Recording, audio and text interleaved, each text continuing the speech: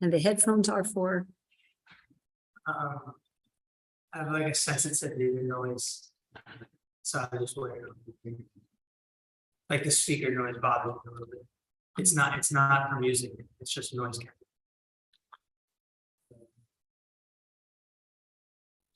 it's like, am I talking that loudly that he has to have huge speakers? Trust me, it's not your problem. It's like, I know I can project my voice.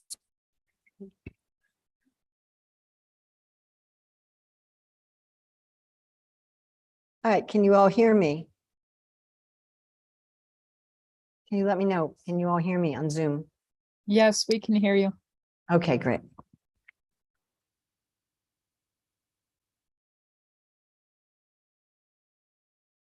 Maybe I should get one of those mics.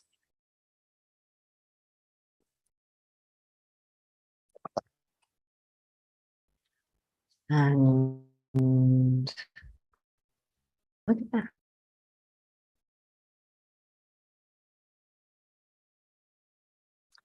Right. My internet connection is unstable. Yes, we know that.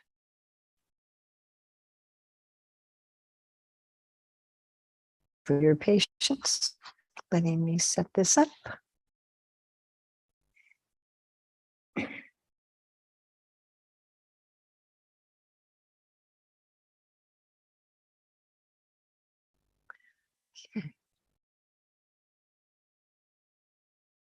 Radha Madhava Kunja Bihari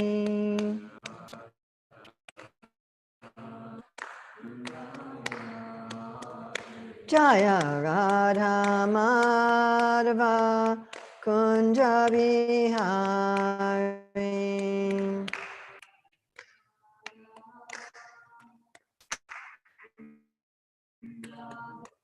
Gopi Jana Vallabha Adari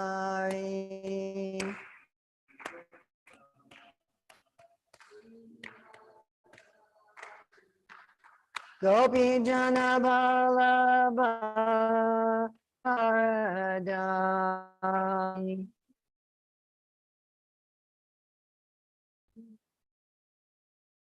Yasodanandana Braja Janarandana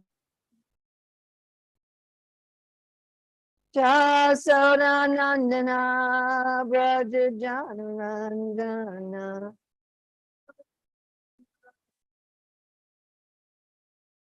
Yamuna Tira Vanachari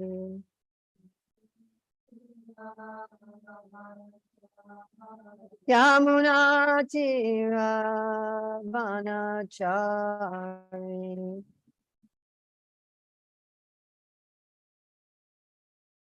Jara Madhava Kunja Bihari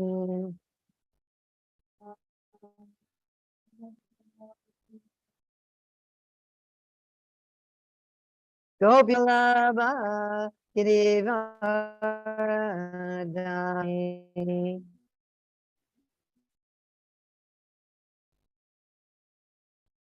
Yasodanandana Braja Janarandana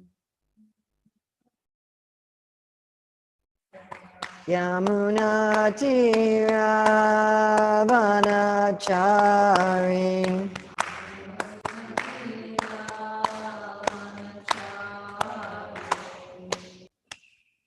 Jayam Vishnupad Paramahamsa Parivrajikacharya Asacharya Satyasri Srimad His Divine Grace A.C. Bhaktivedanta Swami Maharaj Prabhupada Ki Jai ISKCON Founder Acharya Srila Prabhupada Ki Jai and Antakoti Vaishnava Vrinda Ki Jai Namacharya Srila Haridas Thakur Ki Jai Prem Shri Kaho Shri Krishna Chaitanya Prabhu Nityananda Shri Advaita Gadadhar Srivasadi Gaur Bhakta Vrinda Ki Jai Shri Radha Krishna Gopinath Shri Mukunda Radha Kunda Giri Govardhana Ki Jai Vrindavan Dhama Ki Jai, Mathura Dhama Ki Jai, Navadvip Mayapur Dhama Ki Jai, Jagannath Puri Dhama Ki Jai, Gangamaya Jamuna Devi Ki Jai, Bhakti Devi Ki Jai, Tulsi Maharani ki jai, Samaveta Bhaktivinoda ki jai, Gaur Premanande.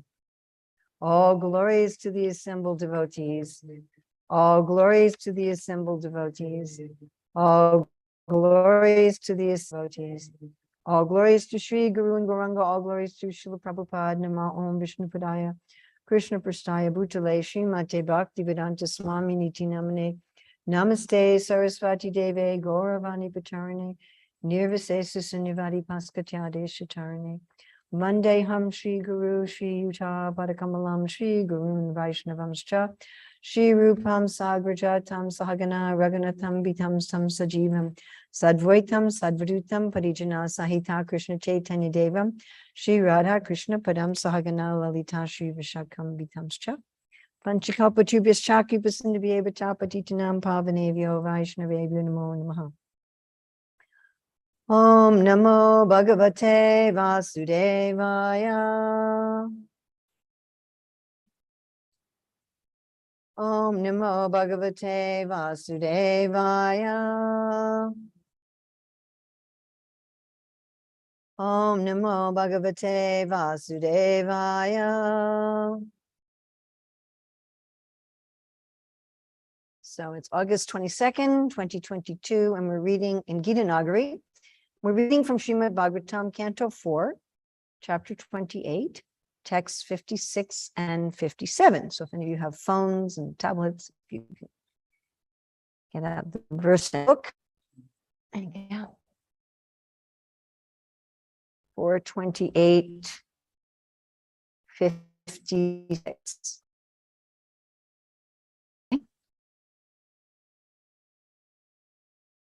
428:56. Everybody has that? Are we on the same page? Pancharamavadwaram Ekapalam Trikotskakam Satkulam Panchavipanam Pancha Prakriti Dwavam Pancharamavadwaram Ekapalam Trikotstakam Panchavipanam Pancha Prakriti Sridhavam. Please chant.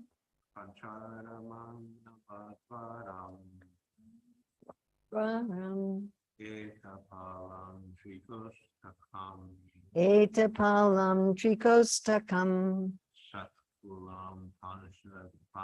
Satkulam Panchavipanam Panchapakriti Sridhavam. Somebody else?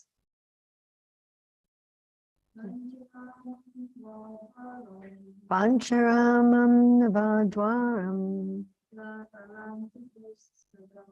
Ekapalam Trikostakam Satkulam Panchavipanam Pancha Prakriti Sridhavam. Pancha Adamam. 5 gardens. Namadwaram. 9 gates. Eka. 1. Palam. Protector. Tree. 3. Koshtakam. Apartments. Sat. 6. Kulam. Families. Pancha. 5. Vipanam. Stores. Pancha. 5. Prakriti. Material elements. Stri. Woman. Dwavam. Master.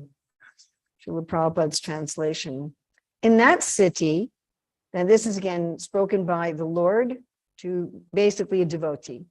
So the Lord is in the form of a Brahmana, the devotee is Vaidarbhi, who is symbolically the disciple, the devotee, And she's her husband, who's symbolically the guru, King Malayadwaja, has just died. So in that city, the material body, there are 5 gardens, 9 gates, 1 protector, 3 apartments, 6 families, 5 stores, 5 material elements, and 1 woman who is lord of the house. Move on to text 57. Srila Prabhupada's translation. My dear friend, the 5 gardens are the 5 objects of sense enjoyment, and the protector is the life air, which passes through the 9 gates. The 3 apartments are the chief ingredients, fire, water, and earth. The 6 families are the aggregate total of the mind and 5 senses. Purport. The 5 senses that acquire knowledge are sight, taste, smell, sound, and touch, and these act through the 9 gates, the 2 eyes, 2 ears, 1 mouth, 2 nostrils, 1 genital organ, and 1 rectum. These holes are compared to gates in the walls of the city. The principal ingredients are earth, water, and fire, and the principal actor is the mind, which is controlled by the intelligence, buddhi. Pancharamam navadwaram ekapalam trikotakam kosta satkulam panchavipanam panchaprakriti stridvavam. In that city, the material body, there are 5 gardens, 9 gates, 1 protector, 3 apartments, 6 families, 5 stores, 5 material elements, and 1 woman who's the lord of the house. Be nice to draw a picture of this. Right? Little graphic. It's giving a verbal picture. My dear friend, the 5 gardens, actually, my dear friend is not in this translation. So the Lord has been speaking to the devotee over and over again as you are my dear friend.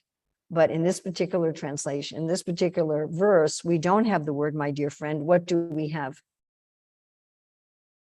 What's the form of address in the Sanskrit? Prabho, which is O king. And there's no way that the Brahmana is speaking to Vaidarbhi as O king. So Prabhupada's putting that in the word for word would mean speaking to Prachini Barishat, Narada speaking to Prachini Barishat. Now, it's possible that this is the Brahmana speaking to Vaidarbhi saying Prabho, which would mean that Prabho is another way of saying friend, but it really isn't. So it's kind of interesting that we have in the word for word, O king, which would again indicate Narada to Prachini Barishat or Sukadev to Pariksit. But then Prabhupada in the translations puts my dear friend, and Prabhu doesn't mean friend. It means master, it means Lord. And friend is again related to the other verses, so just interesting. My dear friend, the 5 gardens are the 5 objects of sense enjoyment, and the protector is the life air, which passes through the 9 gates. The 3 apartments are the chief ingredients, fire, water, and earth. The 6 families are the aggregate total of the mind and senses. So again, we have a pictorial analogy here. Okay. So when the Lord first is speaking to the devotee, the Lord is talking of spiritual things. We were 2 swans, you know, remember that in the Manasa lake, and we've been friends, we're eternal friends, and you've fallen from that position, and you've come to the material world, and then the Lord switches to describing the material world. Something very similar, of course, happens in the Bhagavad Gita, and not as an absolute demarcation. But in the beginning, Krishna is talking about how we are the soul, right? And then especially at the end of the Bhagavad Gita, he's talking about the nature of the world. Again, it's not a clear demarcation. You can't say in the beginning, Krishna is only talking about the soul, and at the end, he's only talking about the world. That wouldn't be the case. But I mean, it was a conversation. And in a conversation, there's generally some fluidity, as opposed to, say, an essay, where you may have more distinct areas and you go through and etc., proofread it and so forth. So conversation is a little different, and Krishna's responding to Arjuna's questions. But still, we can say that at first Krishna is talking, you're the soul, and then he starts talking about what is the nature of the world, especially in chapters 13 through the beginning part of 18. Krishna is discussing the nature of the world. So knowing both is important. And we find one of the very special aspects of the Vedic scriptures and Eastern philosophy in general, because this applies also to Buddhism, which of course was an offshoot of the Vedas while denying the Vedas, but still it was an offshoot of the Vedas, as opposed to what we call the Abrahamic religions, Islam, Judaism, and Christianity. In Islam, Judaism, and Christianity, in the scriptures, I haven't studied the Quran much, but at least in the Old and New Testament, and when I know of Islam, there's very little discussion of the nature of this world. There's not really an explanation given. Whereas we find in the Eastern traditions that there's just as much time spent on understanding the nature of the world as there is on understanding the nature of the spiritual. Interesting, isn't it? Yes. And here the Lord is specifically focused on the body, the nature of the body in an allegorical way, because one can understand this body in Tamagun, Rajagun, Sattvagun, or in transcendence. And then ultimately, we want to recognize this body as a city belonging to Krishna. We talked about how there's a woman as a proprietor. we talked about that yesterday, right? Where the jiva is trying to enjoy the material energy. All right, so why is it important to know both matter and spirit? I mean, Krishna also says this in the Gita, I've given you all knowledge, phenomenal and numinous. I've given you matter and spirit. In which of Prabhupada's books do we have very specific statement about that the importance of understanding both matter and spirit? This is a test to see who is reading Srila Prabhupada's books. Well, yeah, in the Gita it's there. Isn't there a banner in the back to Godhead, right across the top of the back to Godhead? Understanding Right across the banner of the back to Godhead. But I don't know, in the banner of the back to Godhead, it seems to be more turn away from nescience and come to the light of Krishna. So I don't know if that's, I mean, I think that's an interesting idea, but I'm not sure if that's the right place where we would say Prabhupada says you have to know both. Actually, it's not Prabhupada saying, it's Shastra, but which scripture, which book? Oh, I'm sure it's there. I mean, there's verses there, but it's really prominent and explicit somewhere. Oh, Ishopanishad. There, you got it. Right. Yeah. Yes. Sodamai, she's got it. The Ishopanishad. And actually, it's said twice. There's 9, 10, 11, and 12, 13, 14 in the Ishopanishad. Once it says with knowledge and ignorance, and once it says sambhutim and asambhutim. What is the ultimate, what is the temporary, and what is the eternal? And of course, yes, Yasoda Devdas also said Ishopanishad in the chat.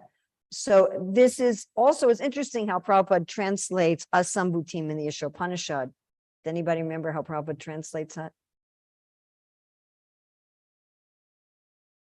Temporary world with its temporary men, demigods, animals. I mean, he's speaking about, David Richeswamy wants to speak to me today about Gurukula and about whether or not our society should be closed, porous, or flexible. And that verse in Ishopanishad, the way Srila Prabhupada translates asambhutim, basically encompasses things like geography, history, and science. If you're going to know this temporary world with its temporary men, demigods, and animals, you're going to be studying history, geography, and science. Yes. And Prabhupada gave lectures on the 7th canto. Yes, did you want to say something? Yes, I read somewhere that in the early education of the Gurukula, a lot of subjects were taught to the disciples. When you say early education in the Gurukul, I would say not in ISKCON. The early Gurukulas did not follow this instruction. In fact, the original minister of education wrote, I don't think I have it anymore, but I had all of the old bulletins and newsletters that were ever done from the Ministry of Education and for Gurukul, and our Minister of Education at the time actually wrote that we want to intentionally not train these children in any knowledge that will allow them to get a career in the world or a higher education. We want to leave them absolutely no choice but to just work full time for the movement. And I had the father of one of our students years ago also told me that. He said, I don't want you teaching my son anything that will allow him to get a job or to go to university. So, I mean, I saw this as actually very violent. Prabhupada writes in the Asambhuti refers, Prema Kishori Dasi says, Asambhuti refers to one who has no independent existence. Yes, that's the literal meaning, but if you want to look up and put in the chat exactly Prabhupada's translation, that would be nice too. Prabhupada translates it quite interestingly. So actually Prabhupada writes in the 2nd canto of the Bhagavatam that Gurukul is for training in the higher values of life, along with specific education, specific training for a livelihood.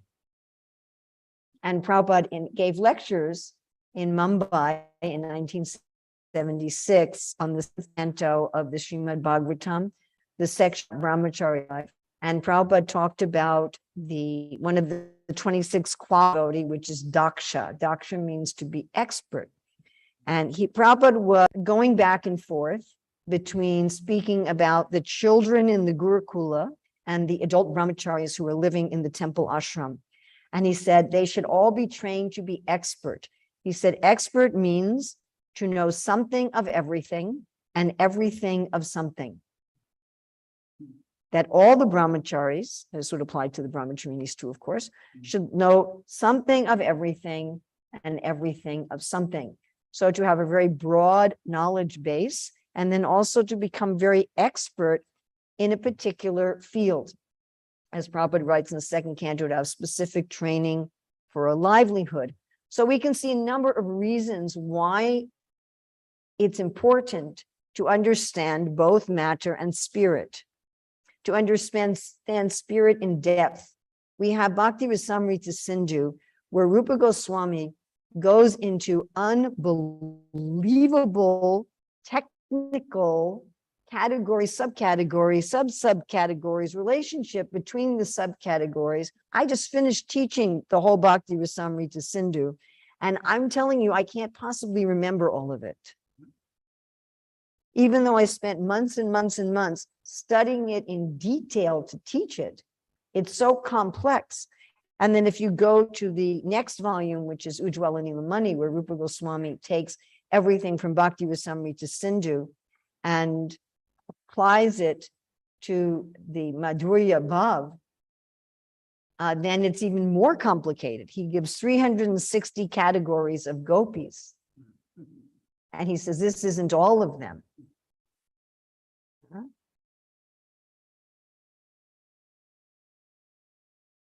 So, such complexity about spiritual knowledge is given by Rupa Goswami. And of course, in summary form, this is in the Chaitanya Charitamrita. Interestingly enough, not so much in Mahaprabhu's instructions to Rupa Goswami, it's there somewhat, but much more in Mahaprabhu's instructions to Sanatana Goswami. And this is a problem of people chatting with me on Zoom while I'm trying to give a class here. Trying to do 1,000 things at once here. So we also have how much detailed knowledge of spirit is also given in the Bhagavatam, say by Lord Kapila Dev. And Lord Kapila Dev in Sankhya philosophy we also find this. He's giving detailed spiritual knowledge, and he's giving detailed knowledge of the way the world works. Especially there, I'd say in the second and third canto of the Bhagavatam, particularly. So why? Again, we find, Judaism, Christianity, Islam, they don't really give you much of either, do they? They don't give you much information of the spiritual, very minimal. And I studied at the Jewish Theological Seminary when I was young in New York. And what do you know of God? God is a pillar of fire by night, a pillar of smoke by day, and he's jealous and he's great. And I mean, not much. There's a Song of Solomon, which they take, that's not literal. It's interesting. The Song of Solomon is very similar to the description Maharaj Chitraketu gives of Sankarsana, but very little about spiritual and very little about material. I mean, it's mostly rules for living.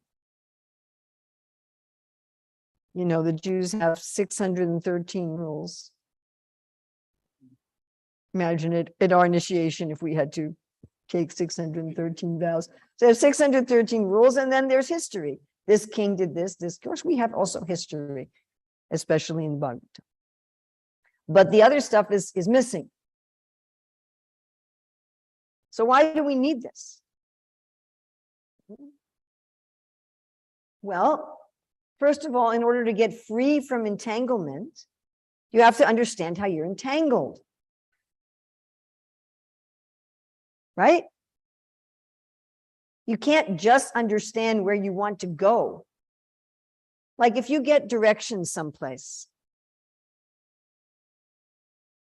I've asked my daughter who's picking me up, hopefully, Krishna willing, at the airport tomorrow, that I want to stop at a shop on the way back.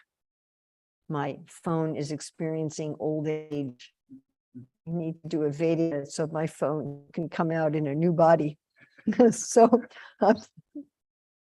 I had this phone for a long time. So I gave her the addresses of 2 places that we can check out phones. And I said, decide which place you want to go to. It's a different route. You can't go to both, different route.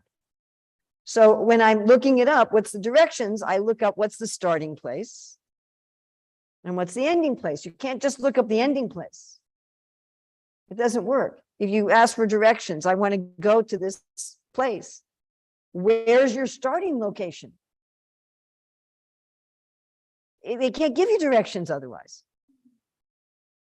Right? Am I correct? It's impossible. So if we don't understand how we're entangled, we can't reach our destination just by focusing on the destination. We have to know where we're starting. It's a big part of the picture.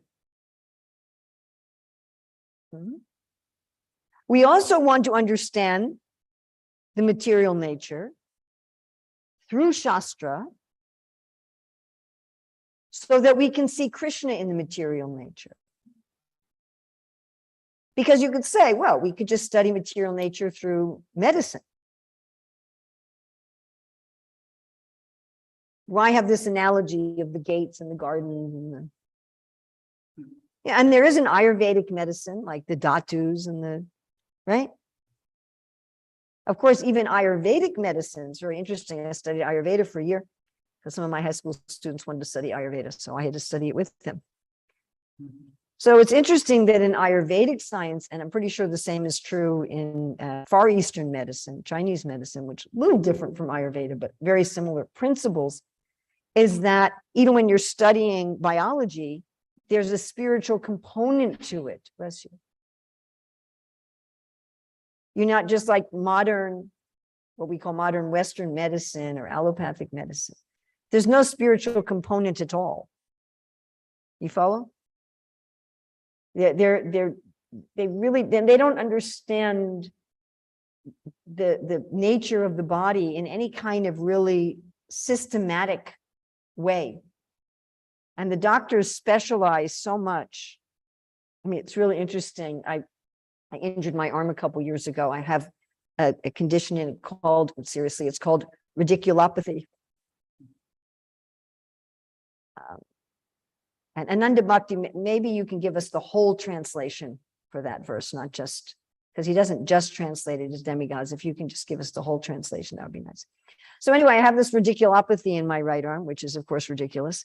And so I had a meeting, I had a meeting with a vascular surgeon. I had an appointment. So I go to the clinic and I say, I have an appointment with a vascular surgeon for my right arm. And they said, oh, you have an appointment with the wrong doctor. The doctor they made you an appointment with only treats radiculopathy in the legs, not in the arms. You have to reschedule it. So this is serious. I'm not making this up. So this is modern medicine is like this, you know, or like my stepmother's son from her first marriage. He was an ear doctor and he would always say, I'm not an ear, nose, and throat doctor. I'm only an ear doctor. You know, and then you have the doctor, the ear, nose, and throat doctor will only look at your esophagus down to your stomach. And then you have to go to a gastrointestinal person to look at the rest of your digest, you know, well, we'll only look at your digestive system to here. Well, we'll only look at your digestive system to here. You know, they're so compartmentalized. And one doctor was telling me, you get so knowledgeable in your specialty and you don't deal with anything else. You even forget how to deal with anything else. And then no one's looking at the system as a whole. So it's a very fragmented system. Yes, and often they'll prescribe you something for one condition that then creates another condition in another part of the body because they don't know how everything fits together. So they're certainly not seeing the body. If they're not even seeing the arm as part of the whole body and the ear is part of the whole body, if they're just looking at your arms or they're just looking at your ears, you know, they're certainly not understanding the place of the body in the universe. I mean, that's forget it. Like, sorry, we're only treating your left ear. You know, you have to go to the other doctor for your right ear. Oh, no, that's not the right verse. Thank you, Yasodade, but that's not quite it. It's where you've got 13. I think you want 13. You got 12. Get me the next one. So what's described in our Shastra as far as the body is part of universal understanding. It's connected. It's not disconnected. And we want to be able to see Krishna in the world. Now, why do we want to be able to see Krishna in the world? There's a lot of our Shastra, again, dedicated to this. Which chapters in the Bhagavad Gita does Krishna say how you can see him in the world? 10th and 3 more. 7, yes.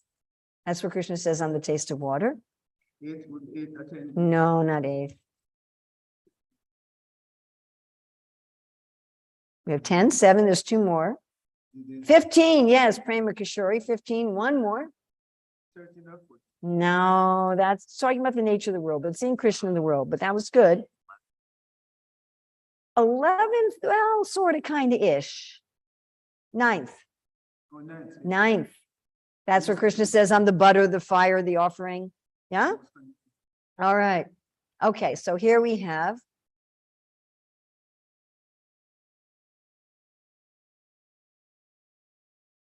Okay, then it must not be 13, it must be 14. Where's this verse? You know, I'm just going to go look it up because I've asked you and see, I'm just lazy and I should just have looked it up myself instead of asking all of you to look it up. Of course, when you ask for participation from the audience, then everybody remembers things so much better than if you just do everything yourself. That's pedagogy. All righty. So let's look this up in Sri Ishopanishad. And find it. Yeah, here we go. All right. So, and I'll share my screen. It's okay. We can have a little fun, right? It's okay. We're allowed. Don't report me to whoever's the fun police. Okay, one should know, this is text 14. One should know perfectly the personality of Godhead Sri Krishna and his transcendental name, form, qualities, and pastimes, as well as the temporary material creation with its temporary demigods, men, and animals. That's what I thought, demigods, men, and animals. When one knows these, he surpasses death and the ephemeral cosmic manifestation with it, and in the eternal kingdom of God, he enjoys his eternal life of bliss and knowledge. So, oh, this is Vinash. Okay, Sambhutim and Vinash. Vinasham, what is destroyed? Okay, so sorry, that was my bad. Yes, okay, we got it finally. My bad, I should have been more together with that. All right, so we're seeing Krishna in the world. Why do we want to see Krishna in the world? Why do we want to see Krishna as the taste of water? Why do we want to see Krishna as the fire of digestion, especially relating to today's verses about the body? Why do we want to see Krishna as the life air? Krishna here is talking to the devotee about the life air. Why do we want to see Krishna as the life air? Krishna says that he joins with the life air to facilitate digestion.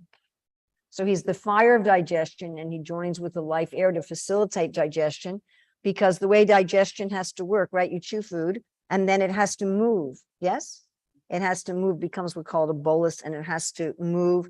There's a little flap in the back of the mouth that cuts off the bronchial tubes, so the food won't go in the lungs, it will go in the esophagus, and it has to move down the esophagus, and there has to be mobility. There has to be, the muscles have to move, and the bolus has to go down. Then it goes through, there's another valve that's supposed to keep stomach acid from going back up into the esophagus. Then it has to go into the stomach where it's moving. And there's another valve out of the stomach into the, got to move from the stomach into the small intestines. Then from the small intestines, it has to move through the bloodstream. So the nutrients go through the bloodstream, and they have to be distributed to every cell in the body. And then they have to pick up the waste products from every cell in the body and bring that back to the kidneys and to the large intestines, right?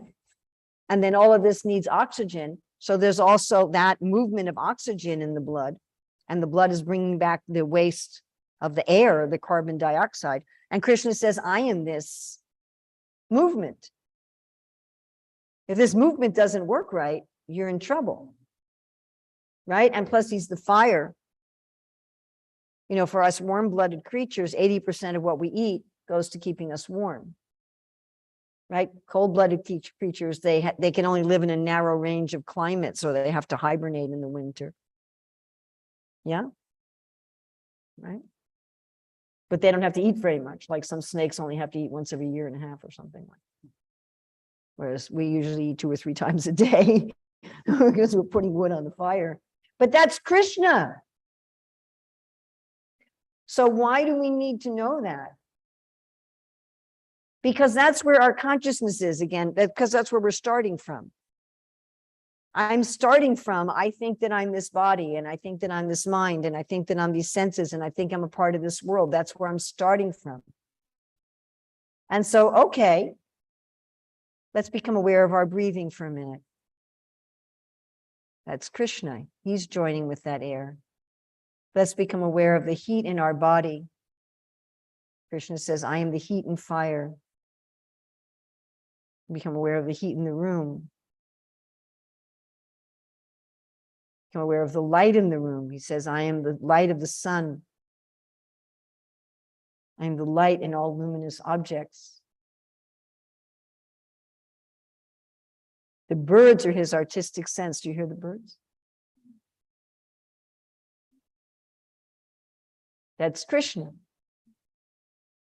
So it's very important to understand the world, not in a fragmented, mechanistic way, which is how most modern science understands the world. Because they understand it in a fragmented, mechanistic way, what they do to one fragment to help one fragment adversely affects another fragment.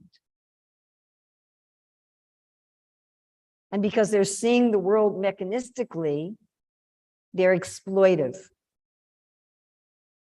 Most modern scientific understanding is exploitive. They see the world just as dead matter instead of the body of God. You were saying chapter 11. Chapter 11 in the Bhagavad Gita, we see the universe as the body of God. Kunti says in the 8th chapter of the 1st canto, O form of the universe, O personality of the form of the universe, O personality of the soul of the universe. Paramatma is the soul of the universe. Just like I am the soul in my body, and then each cell has their own soul. Each cell is their own soul. We are cells in the universal body. And the universal body has a great soul, which is the Lord. And just like I am the chief soul for all the little cells in my body, so the Paramatma is the chief soul for all of us as well. The universe is a living, breathing organism.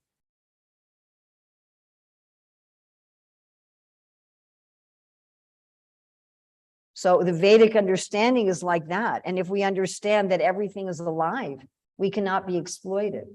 Now you might say, wait a minute, Urmila, don't we learn that there's matter and spirit? How you say everything is alive? Is the table alive? Well, yes, not in its own self. So the example I would give, like, well, I just cut my nails, so there's not much there, but there's, you know, the ends of our nails, the white part is dead, yes? But if you touch that, you can still feel it, even though it's dead. You with me? Or the ends of our hair, this is dead, but I can feel it. If you brush against my bun, I know that, I'm aware of it. So I'm aware even of the parts of my body that are dead. Now, if you pinch my skin, I'm aware that you're doing that, and the little cells of my skin are also aware. Are you everybody follow? Those cells are self-aware, and I am aware. With here, only I am aware. There's no living cell in this part of my hair that's aware. So if I interact with a jiva, the Lord is aware, and the jiva is aware. If I interact with the table, just the Lord is aware. And he's not aware like I'm aware of it. I'm aware that I'm seeing it as something outside of myself, but it's part of his body. The trees are his hairs, the mountains are his bones, the rivers are his veins, the ocean is his waist, the clouds are his hair. It's his body. And therefore, I brought this up, I think, again yesterday, but Devi Swami was saying on Srila Prabhupada's Vyas Puja that Yukta Vairagya is esoteric. Yeah, we use everything in Krishna service, okay. No, it comes from a very deep, esoteric, mysterious understanding that the universe is the body of God, that everything is divine. There's nothing that is not divine.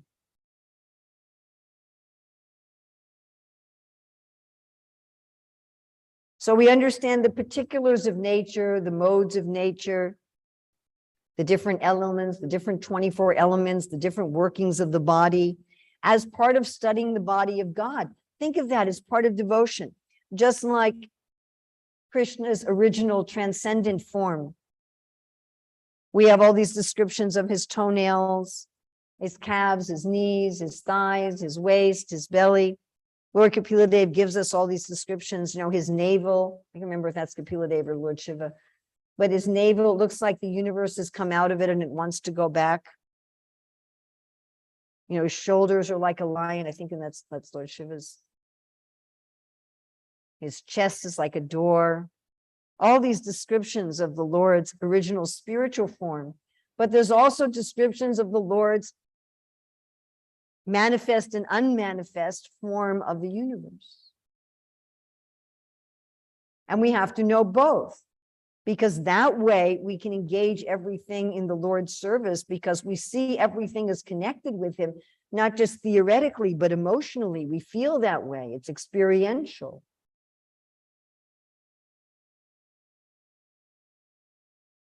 Now, all of us have to experience our body in the universe. So in Tamagun, people are just like, knowledge in Tamagun, Krishna says in the Gita, is just they know their work. I know how to cook pasta. I know how to drive my car. I know how to work the machine at the factory. I know how to invest money, whatever their work is, they know that.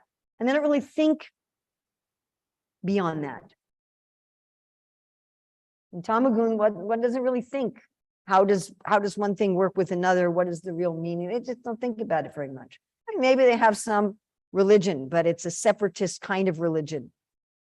Here's my life, and there's God over there, and I go and I worship God, and In Tamagun, one basically is not so much higher than an animal. If I have food to eat, and I have a place to sleep, and I have a sexual partner, and I have something to do that I think is useful in the world, like I'm cool with that. That's enough. In Tamagun, if you can't find your remote control, you just watch whatever the next show is. You're not going to endeavor much.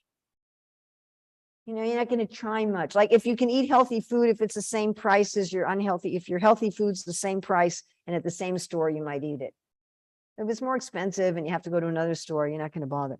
There's not much, there's a real intrinsic laziness in Tamagun. So one isn't really,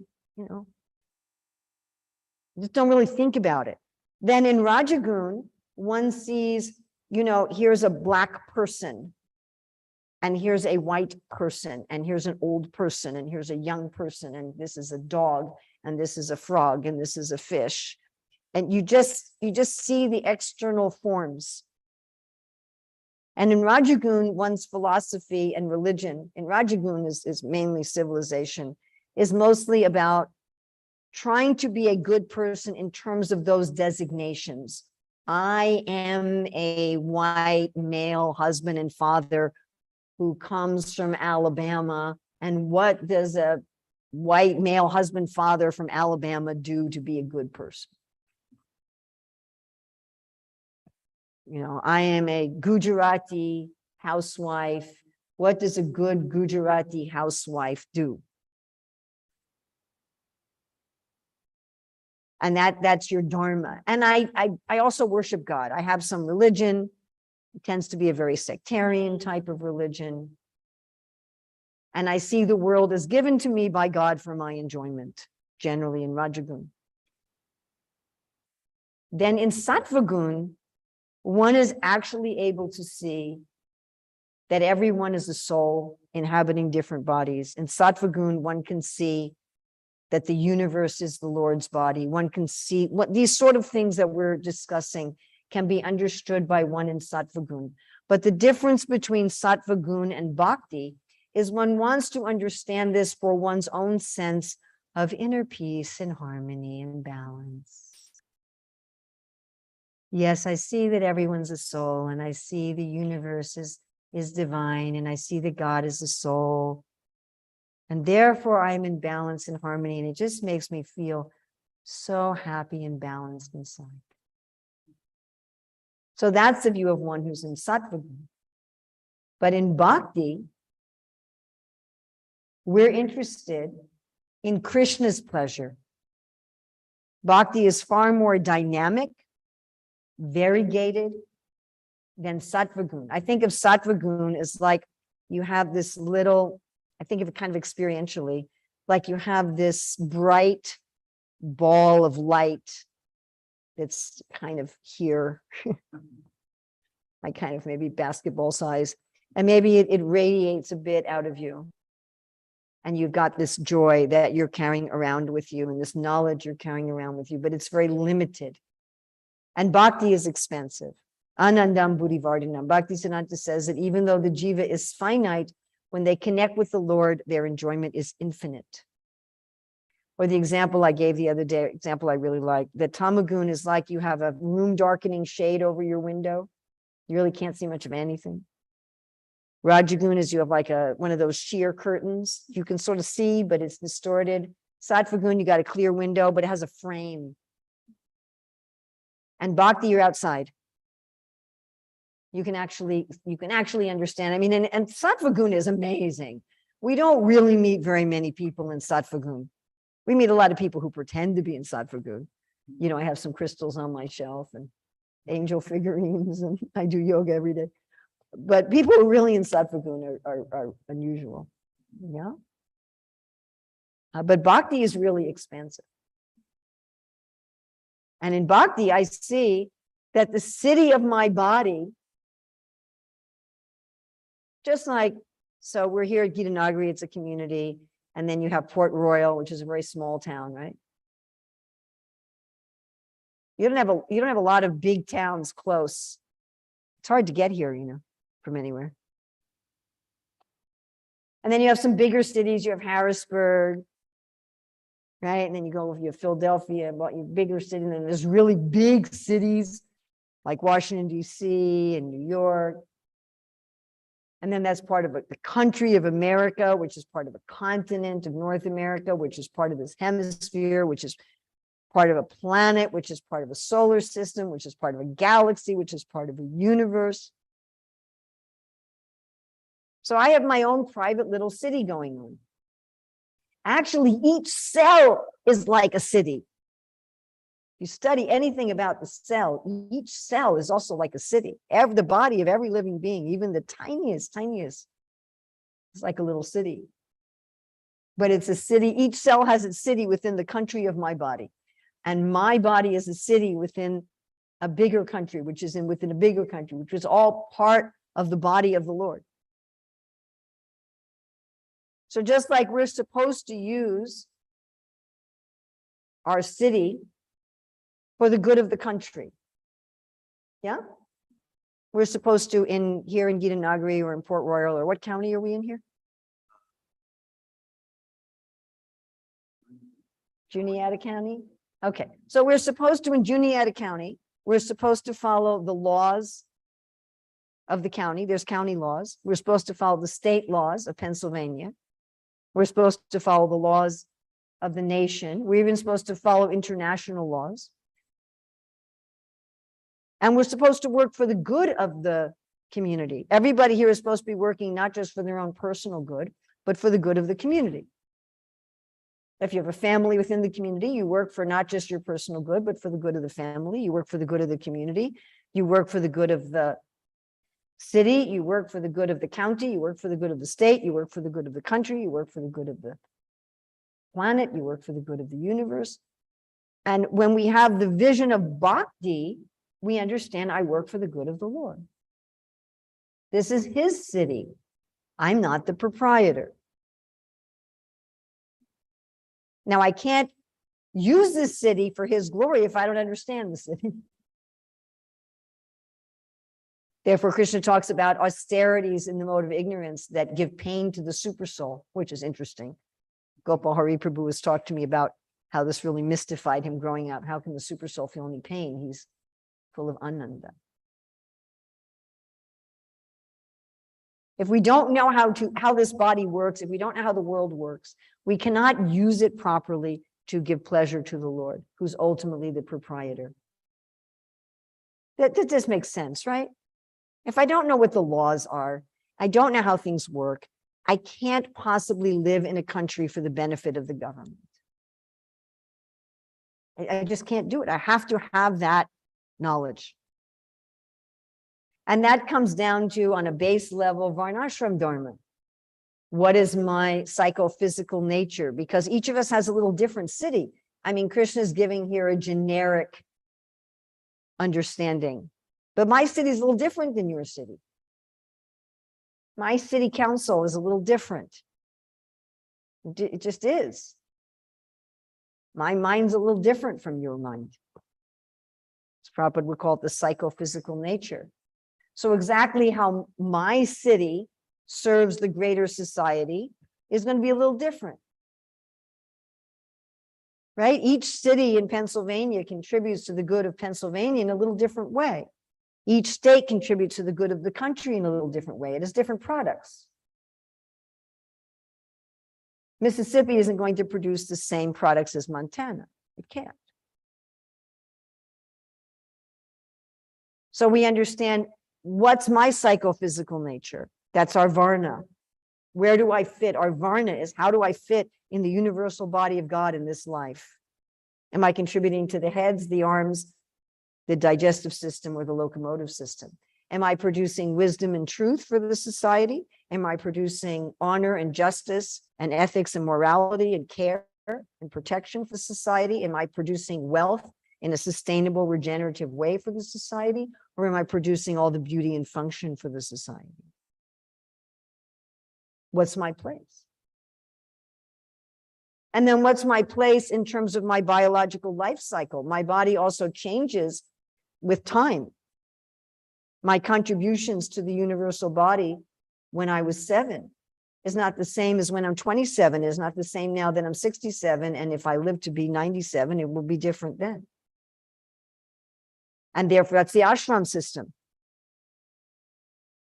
My contribution to the universal body when I'm 7 is to study and prepare. When I'm 27, it's to have children and generate wealth according to my Varna. When I'm 67, it's to perform austerities. When I'm 97, I better be purifying my existence. So one is going through these different stages of life. So one has to understand these things. The whole idea of Varna Dharma is I take my psychophysical nature and I connect it with the Lord. That's the difference between Varna and Varna Dharma. And the whole idea of ashram dharma is I connect my natural place on the biological life cycle with the Lord. Everybody, I mean, unless you die young, everybody goes through these things. And this tilak mark, what does this mean? My body is a temple. My city belongs to God. Every city, every village, every county has a sign. Entering Juniata County. I bet you there's signs, right? On the roads. There's signs on buildings. The name of the building. Signs on cities, signs on states. When I was a kid and we drive through the tunnel from New York to New Jersey, I always was looking for the sign. The demarcation between New York and New Jersey. So this is our sign. My body already belongs to God. This is my sign that I recognize that. I accept that. My body belongs to God. It is his city. And then, of course, I do my best to use the body that I'm in. I'm not the body, but I do the best to use the body that I'm in for his glory, for his pleasure. And interestingly enough, doing that is part of developing my inner spirituality and my inner relationship with Krishna. Those two things are not absolutely separate things. Because if I'm really developing my inner relationship with Krishna, whatever I may be, ultimately a peacock, a cowherd boy, you know, Krishna's necklace or whatever it is, I'm also using the city that I'm in for his glory. All right, so I think we're at time to greet the deities. Thank you very much for your patience and tolerance and for being very participatory. Thank you all for your hospitality here at Gita Nagari. And I felt very welcome and very loved. I know Bhakti Tirtha Swami really wanted to have a community where the 6 loving exchanges are prominent. So I have certainly felt that in terms of being given to me. And I hope that I have also given some loving exchange to all of you. Srila Prabhupada ki jai.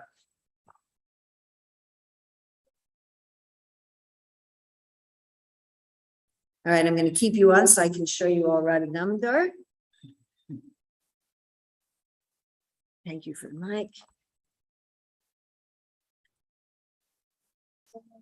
I'm so grateful to attend the class in person.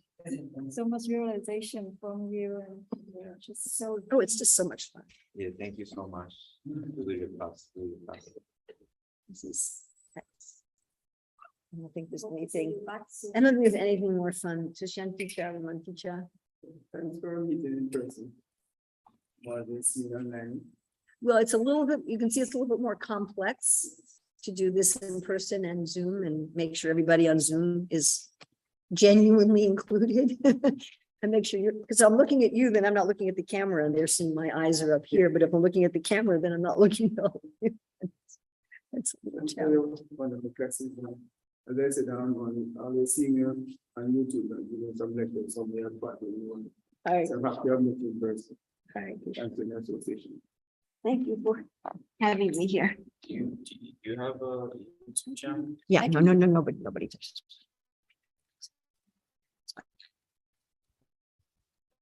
Thank you. I once said that on a train when my computer was in my backpack. One of the other devotees wanted to help me carry it. Maybe I can switch. And I said, no, nobody carries my baby. And one of the other people on the train with me have a baby. No, I'll just. Did you unmute yourself? No, they can all hear me. I'm not saying anything wrong.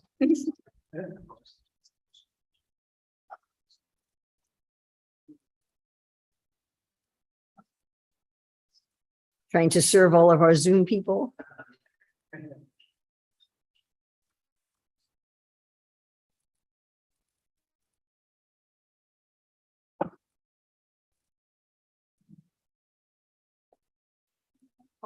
Like the entire time, a few minutes. And then they won't get the right.